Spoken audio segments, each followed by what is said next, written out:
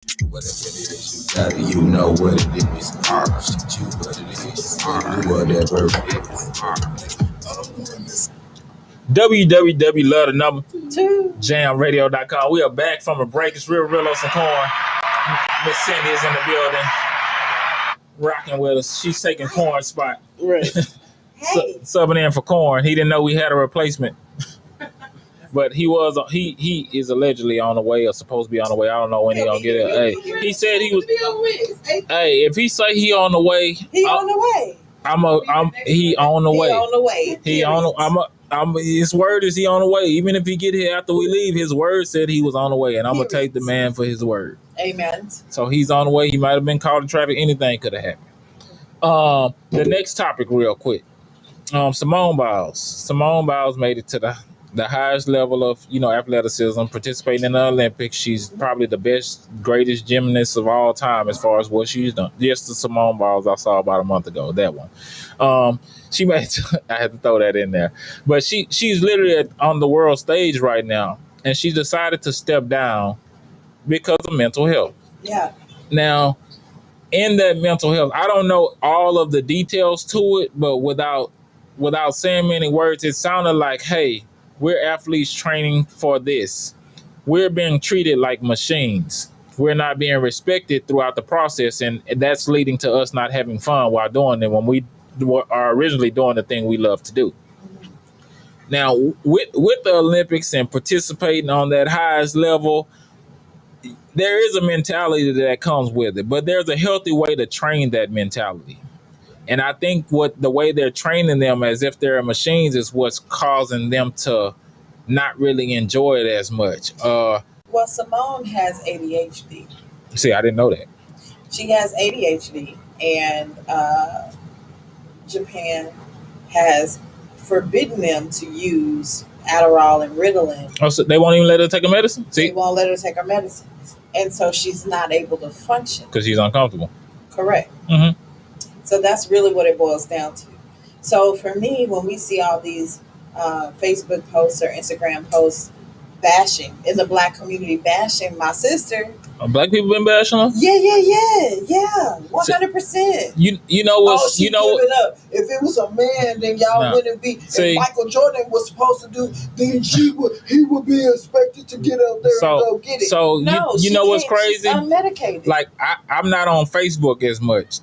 But a lot of the stuff, like even when my brother comes, he says things that he sees on Facebook that don't even cross my Facebook. The negative stuff coming from Black people, more of the negative stuff I've been seeing for her is coming from white people, basically. Yeah. But I'm sure the Black people saying the same thing. It's like she basically bailed out on her country, or. But I've seen her. I saw her flip since then. She didn't look comfortable on the flip I saw her do. Cause she's not mentally right. Yeah, I mean, she didn't look as sharp and crisp on the flip I saw her do. Now you know. I mean, I know now, but what I'm saying is, but I didn't know Black people were bashing her. Yeah, but do you know anybody that has ADHD? Yes. Yeah, so you know that it's really hard to organize your shit. Yeah, it's hard to organize my shit, and I don't have it. Correct, and then it's hard to organize your shit as a gymnast in a regular state of mind. Right? Let alone where you've been used to being regulated by the medicine that you've been on. Mm-hmm. So now there's even health implications of her being off her medicine for a certain amount of time, because you can't just stop doing that shit. But I think a lot of these coaches look at her like she's a machine and she's just supposed to get up there and do it. And that's more of the problem that they've been having. I feel like her coaches understand. America don't understand. Oh, I understand completely. Well, America as a whole may not understand it, but look at it. I mean, all the facts are right there. I don't see why you wouldn't understand it. They said they not having fun doing it. If you're not having fun doing it, then don't do it. You should be able to participate on the highest level because you earned that. Mm-hmm. But that's something you want and you're driven for. So if you get to the top and you realize it's not worth it, create your next top. Yeah. There are so many other opportunities. Like you got like the Paul Pierce a couple months back. He was on his live, had strippers in the background, but he worked with ESPN, so Disney, kid background. So he ended up losing his job because he had strippers and stuff in the They background. was just trying to get But- rid of him at But the look, end of the day. he could have just been like, oh man, forget it, I'm gonna go into my shell. But he set up so many businesses that he making more now than he was back then. So it's like, hey, yeah, they might knock you off or they might try to knock you down, but we as a people, we always find a way to be better. Right. If you look at how we were pressed during slavery, they just made us stronger. Now we're bigger than them, we're faster than them, we're stronger than them, we're more educated than them. A lot of things we use today were created by us. A lot of things they say they created were created by us. They just took credit for it because we were slaves at the time. So if you my slave and you come up with an idea, your idea is my idea. So just look at who the creators are. The people in China ain't messing with us At all. They not messing with the black people. When we come over there, hey, come on, homie, because they know they gonna learn something from us. America, they feel like they're above, like the Caucasian American. Not all of them, but most of them have a mindset where they feel like it's them, then it's us, then it's everybody else, and in between them and us is another level of them. Yeah. They still have the mentality, but that's a slave mentality. Yeah. They not whipping us across the back, but if you think you should be whipping us across the back, you should already be whipping us across the back.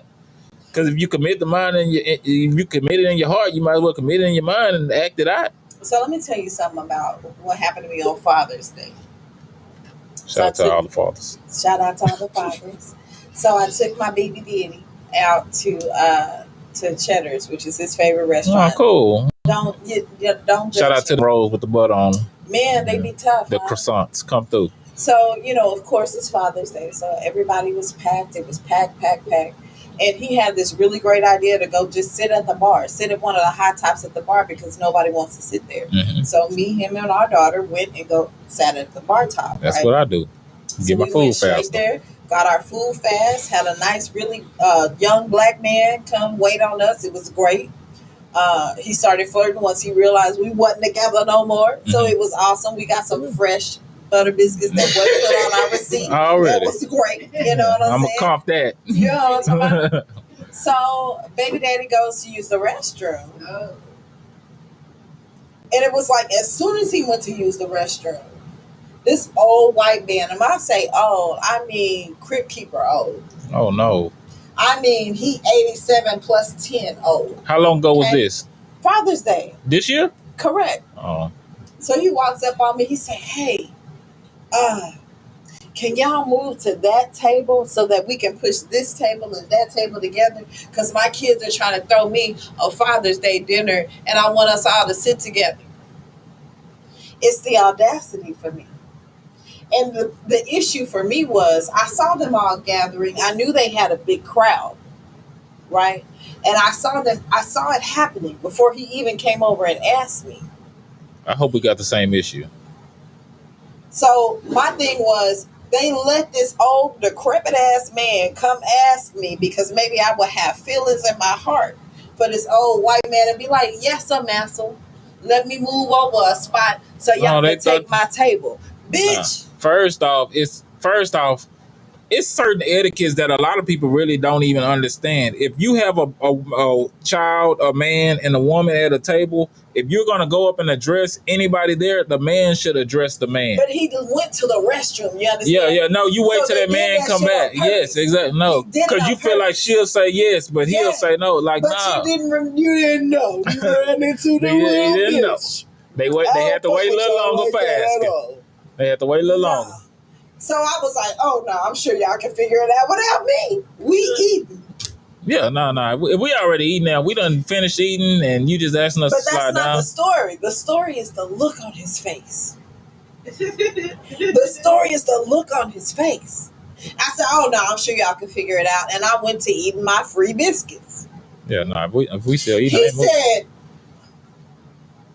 and he looked at his daughters. Like, y'all can't get her? Yeah. I looked at his daughters like, bitch, try me. Come on. And they turned their back.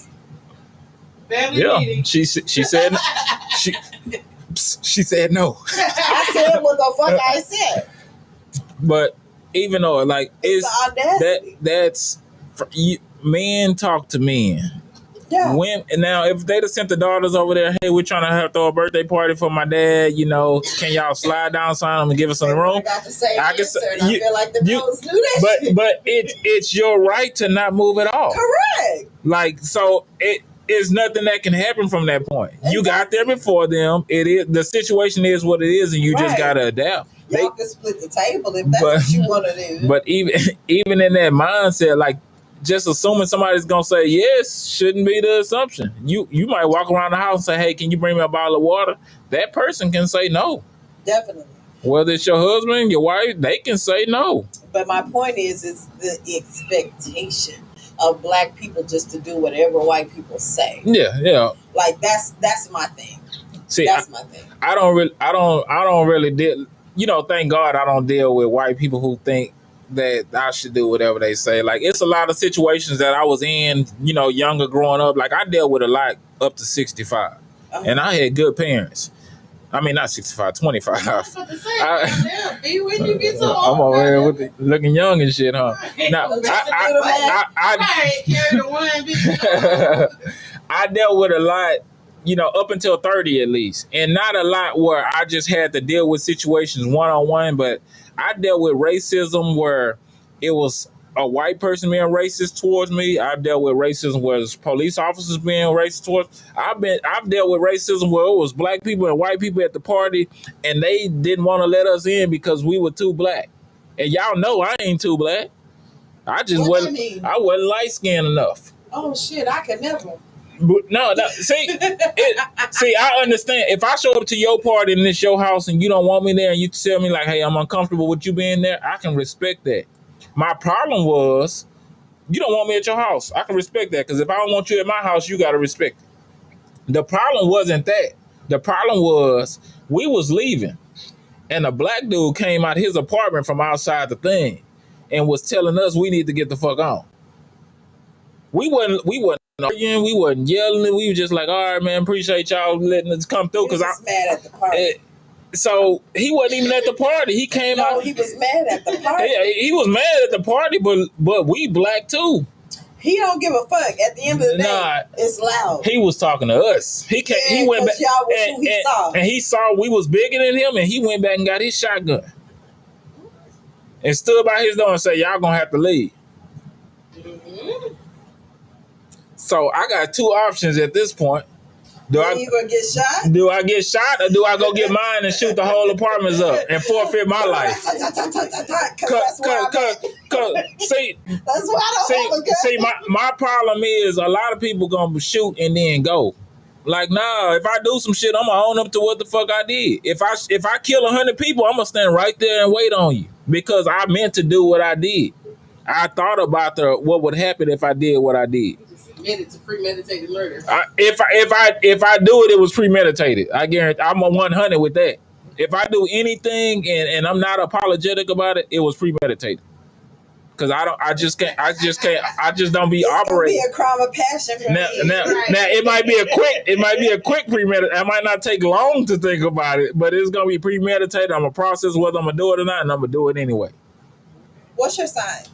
Gemini. God damn, are you a May Gemini? No, I'm a Gemini. Okay, amen. I'm close to pop. Saving grace. That's why I got them bars that Lovey don't ever want to let me get out.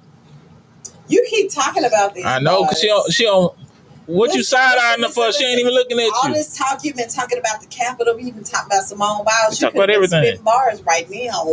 No, this ain't that type of show. I feel like it could be. It's mainly towards. We usually save it towards the end. No, bitch. See, no, I said I'm gonna tell you why Lovey don't like me rapping. My rap style. I can't breathe. When you're freestyling, there's just the back door. My freestyle opens up the back door, and Lovey don't want to come in and rap behind me. Because when she get done, I'm gonna start rapping again. So Lovey don't like rapping no more. But I can get you I can get you a CD of it. Lovey's probably one of the top MCs in this city when it comes to rap. Look, tell Lovey. I got a couple more. Hey, look. No. See, look. Don't let. I'll wait. Let me find out. I'll wait. Let me find out. Lovey got bars, but she would not let them out. Nah, we gonna put them out there because I listen to the other show. It's the Year of the Woman. We talking about you not one of them women who out here putting yourself out there like that. You ain't doing that whole talk. You rapping about some shit. We talked about that yesterday. I know. That's what I'm talking about. But did Lovey mention she had bars yesterday? She did not. I didn't think I heard her say anything about that. It wasn't part. That wasn't part of the show. It wasn't part of the show, but you're one of those girls who don't rap like that. I gotta hear it. There's nothing to hear, friends.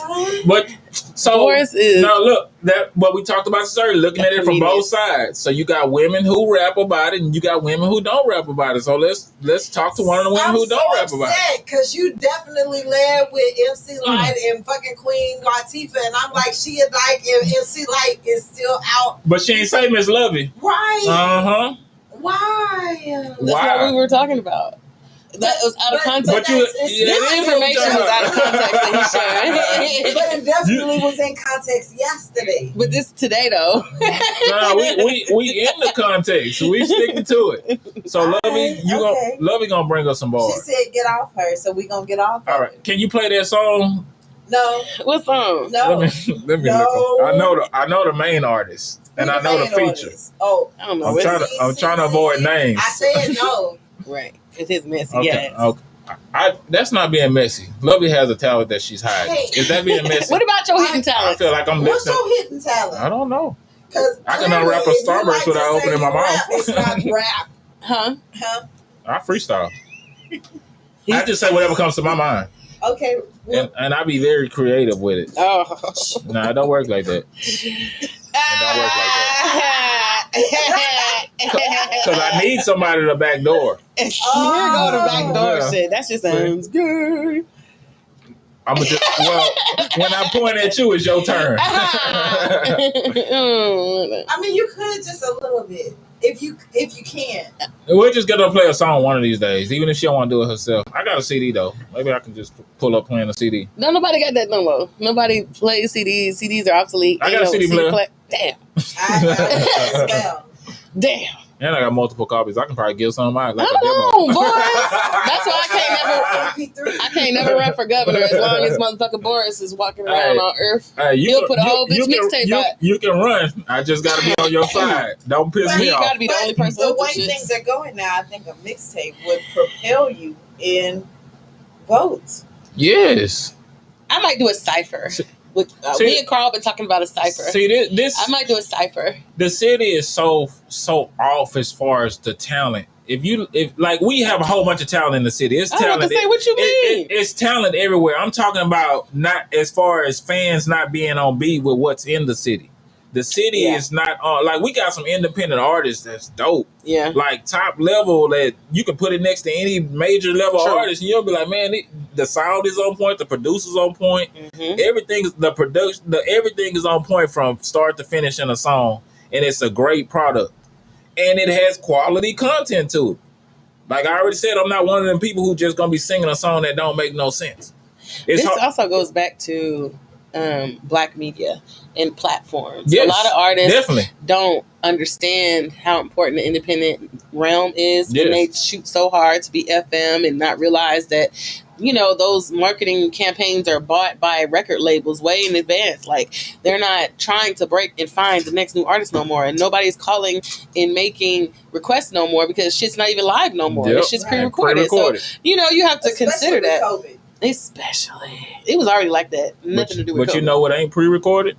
Love it right here, Love It Radio. You getting it hot off the presses. If it's pre-recorded, we gonna tell you, hey, we're gonna be on vacation. We're gonna pre-record an episode. We'll play it for you later. So if you missed the part, you can come back and listen to it again. Right. But we on vacation. We ain't just pre-recording stuff for next Thursday and saying, hey, it's June, July, whatever. Blah, blah, blah, blah. We like, nah, it's got to be live because the independent scene is live. We got shit that happen every single day. From you got the whole battle rap scene that's going unnoticed by most stations. Yeah, definitely. We might be one of the only stations that's talking about the battle rap. Yeah. Shit that's going on in the world, they just be on other stations rambling. I try to tune in because it's my job to study my craft. Right. So I don't know who exactly owns these other radio stations. But you know what? Something I did learn.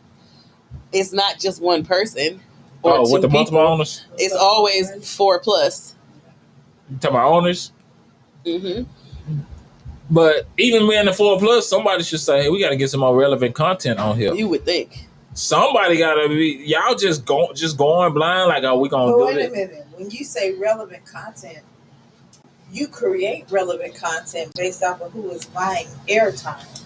I'm saying I'm not. When I say relevant content, I'm not. A lot of the stations get on and they'll just talk about their day and then they'll play an artist, but they're not trying to really push an artist. Like it becomes relevant when you're doing something with. But it is pushing an artist because when you think about when you listen to the radio, you only hear certain people and you hear the same song over and over which again, which makes it the station pay for it. They pay for it again, but also in that it's the station's responsibility to make sure it's playing on time, whatever song it is, and getting that into people's heads because that's how songs pop off. A lot of these other stations will bring an artist in and play their song while they're there, and you never hear that song again. Never again. So you can say, "Hey, what was that song I heard that day?" And you won't hear that song again until that artist is there. So hopefully you catch them when they're there. And you're not supposed to actually give someone money in exchange for playing a song on the radio because that's illegal. Definitely illegal. So we don't sell. I know, but we don't do it. We don't sell ad space even though we could do ad space. Yeah.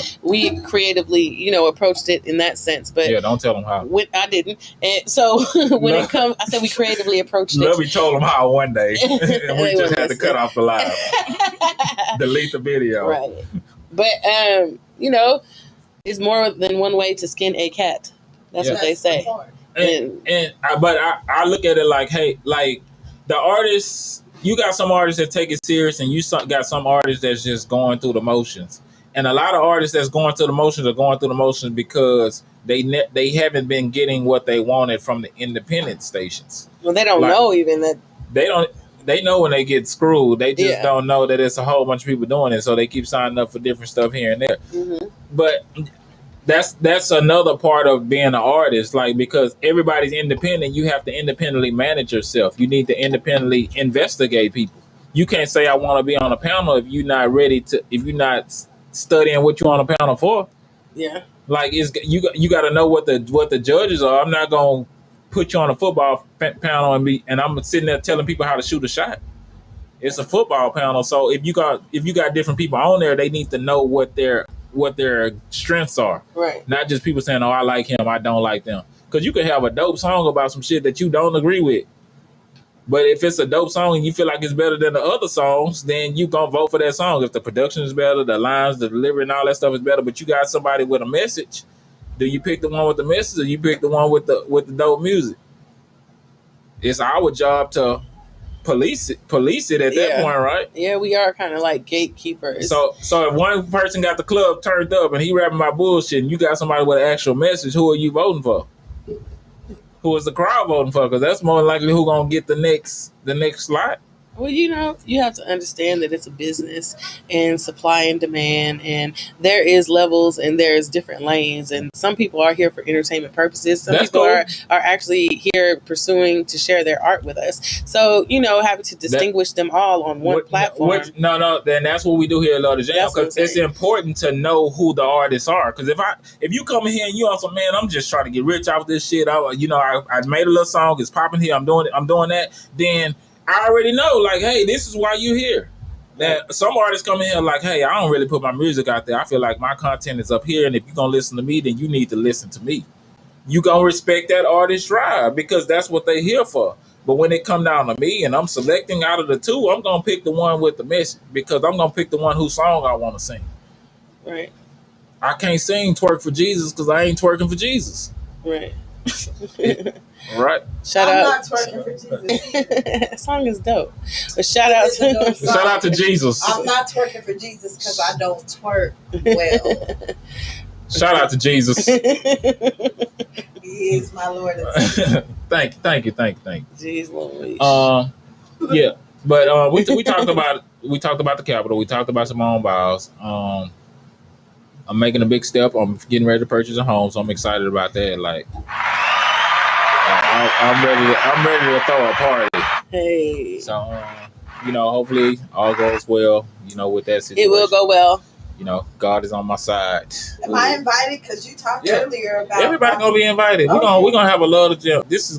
We're gonna have a Love the Jam day. That's what we doing on Sunday. We're gonna have a Love the Jam day. We're gonna have a Love Jam Day in Atascocita. God damn it. Atascocita? That's what this nigga Hey, moved to. chill. Shit, I made it. Mama, I made it. That's what I usually say. I made it. Atascocita. I know. Hey, it's not my fault God put me in a position to be in a certain area. The fuck far? I'm in the middle of my work route. It's like, I mean, I'm sorry, love you. I'm a little bit further. I don't like that. But you don't even be coming to. It wasn't like you would come to my house. It don't matter. What if I have an emergency? Now it's gonna take you 20 times longer to get to me. Where before it only took you 15 minutes. Now it's gonna take an hour and 15 minutes. If you got an emergency, I promise I'm gonna call the ambulance while I'm on my way. Damn, tell him to take me to the VA hospital. Shit. What? I wanna go to the VA hospital. The VA hospital down here is good. Yeah. For me. Really? Ooh. In Dallas, it's bullshit. Yeah, for it's sure. like 2 steps below Parkland, which No, is saying no. a lot. This one is actually the biggest one in the region. Oh, that might be why. And I actually know a lot of people that work. I know a lot of people that work in that VA office over there too, and I didn't even realize because they been a lot of them on my Facebook and some of them in my family. They be like, "Hey, I work at the VA." I didn't know that. So, and they actually good people too. We ain't just got rando the worst family members working at the VA. So, when y'all say it's a good VA, when you say it's a good VA, I know it's a good VA because I know some of the people that work there, and I know some of the people that been there and have been treated. I know you. Indeed, you back. Do. Indeed, I am. That's really all I have. Rip the mic is still going on. Yeah, we don't have a date yet for August, but we're gonna get it. Yeah, we're gonna get it. Mm-hmm. We got Battle Coliseum battle, protect your tier, cement your tier tomorrow and Sunday. Okay, let's get it. So that's gonna be dope. What time is it Sunday? 6. I'm gonna post a flyer. I can't think of. Tag me in when you post. Okay, I'll do that. Please do. Oh yeah. We was talking about that earlier. What other? Were there any other announcements, Ms. There's a second round of tryouts for the I Got What It Takes tour in the next stop at Taylor's next Friday. Let a Jam Radio be in the building doing interviews. Okay. So we got that going on. What else, Logan? That's all I got. Man, we got a lot of stuff going on. We do be having a lot of shit going on. I got some stuff I got to do. I can't say live on there, but Uh-oh. we're gonna get to it. Okay. Welcome back. Or something. Do you have any announcements? You want to give out your social media again so people can follow you? No, not yet. It's Behold the Titties. I mean, Goddess. You can still give it out, even if you don't decide to come. Titty bang bang. Just search all that. Her face will pop up for one of them. Hashtag them all. Titty. Yeah. All right. I appreciate y'all for keeping it real and invisible corn. They said corn lost a lot of weight. We can't even see him. Facts. But we're going to figure out what happened with Mr. White. I'm sure something came up. Appreciate y'all rocking with us. www.jamradio.com. Oh.